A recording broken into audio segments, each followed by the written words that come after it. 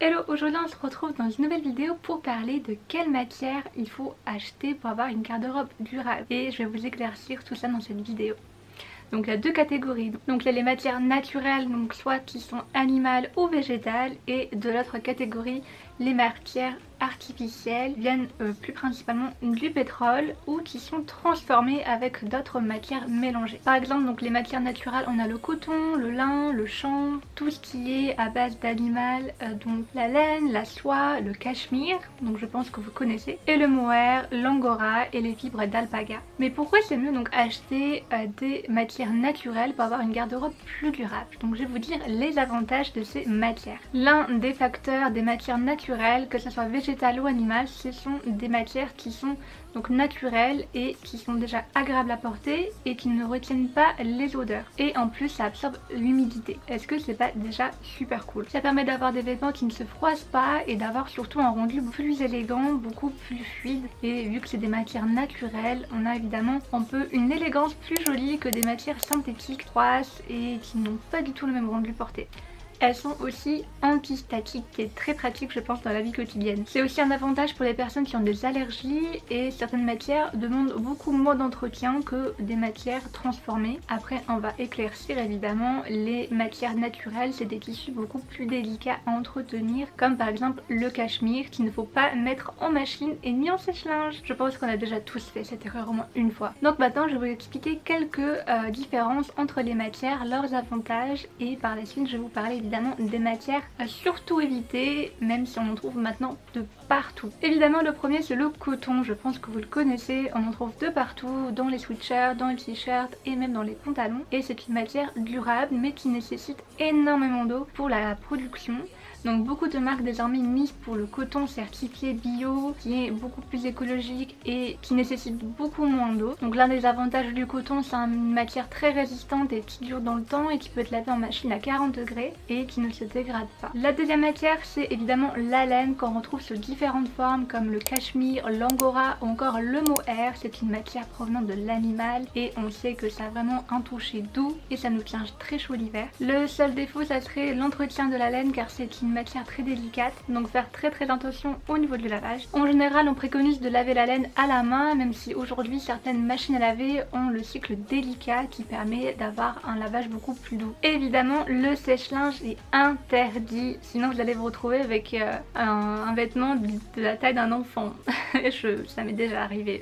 En troisième on a le lin, une des matières également qui préconise de plus en plus de marques, et ses avantages sont que l'été ça nous procure de la fraîcheur et l'hiver ça nous maintient dans la chaleur. Donc c'est une matière qu'on appelle thermorégulatrice. L'avantage c'est que la culture du lin ne nécessite aucun engrais et aucun arrosage. La France était l'un des premiers producteurs de lin, mais avec la délocalisation, les manufactures se sont délocalisées en Chine. Désormais il y a l'effet inverse de faire replanter les industries en France qui se mettent de plus en plus en mouvement pour réenvisager le secteur en France. On a également le chanvre qui est une belle association avec le lin, qui est une matière très robuste et nécessite de peu d'entretien pour la culture car pas besoin d'énormément d'eau et aucun traitement contre les insectes. Mais c'est une matière qu'on trouve de plus en plus rare car le système d'agriculture en France a totalement changé ces dernières années. Et on a également le cuir qui est une matière animale mais qui nécessite quand même pas mal d'entretien car la matière ne doit pas être près d'une source de chaleur et donc ne pas être trop exposée à la lumière et dans un endroit sec,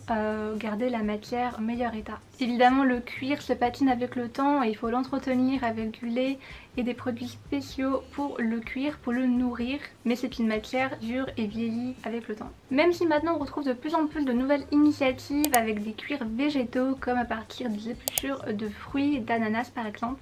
C'est une belle initiative mais malheureusement ces cuirs végétaux nécessitent de matières transformées et donc au final ce n'est plus du tout des matières naturelles mais des matières qui sont artificielles et c'est pas du tout écologique. Maintenant on va passer aux matières synthétiques, donc artificielles, à surtout éviter. Évidemment le polyester, une des matières principales de la fast fashion, donc dérivé du pétrole qu'on trouve partout, dans les manteaux notamment et également les pulls. Il y a aussi l'élastane, même si c'est une matière qui est à la fois indispensable pour l'élasticité comme dans les jeans par exemple, c'est une matière qui n'est pas du tout écologique. On a le viscose, alors c'est une matière qui vient du bois, donc c'est de base une matière naturelle, mais sauf que les procédés chimiques employés comme par exemple les matières, les épluchures d'ananas, ça en devient un produit qui est complètement artificiel et donc c'est plus du tout les mêmes composants naturels qu'il y a au début. Son aspect est doux un peu comme la soie, mais malheureusement il retient toute la transpiration et donc n'évacue pas les odeurs. Et une autre matière qui ressemble, qui est aussi faite à partir de pulpe de bois, c'est le lyocell. Donc c'est une matière naturelle mais pareil, utilisée avec un solvant chimique pour la dissoudre, donc ça devient une matière artificielle. Et quand on dit des matières recyclées et upcyclées, donc ce sont des matières qui sont créées à partir de tissus déjà existants. Ce sont des matières créées à partir de matières déjà existantes et il y a quand même pas mal d'avantages. Donc elles évitent la surproduction et donc moins de pollution pour créer de nouvelles matières. Donc peu d'eau et peu d'énergie. Elles sont principalement issues des chutes de tissus, donc des conceptions pour créer de la nouvelle matière. Mais pour l'instant c'est encore peu utilisé car on prend peu de matière dans des vêtements qui sont déjà abîmés par des centaines de lavage. Évidemment les vêtements de la fast fashion, donc tout ce qui est en matière artificielle, polyester notamment, ce sont des matières qu'on peut pas réutiliser et elles sont difficilement recyclables, donc ce ne sont pas du tout des matières durables dans le temps et on peut même pas les recycler. Et notamment tous ces vêtements qu'on achète en fast fashion, lorsqu'on fait des lavages ça dégage des microplastiques, donc des microparticules qui sont souvent éjectées dans l'eau de mer et que malheureusement les animaux peuvent ingurgiter. C'est vraiment des mini microplastiques qu'on voit pas du tout, mais de plus en plus d'études qui prouvent qu'on en retrouve partout. Il y avait même je crois des scandales qu'il y en avait dans les bouteilles d'eau.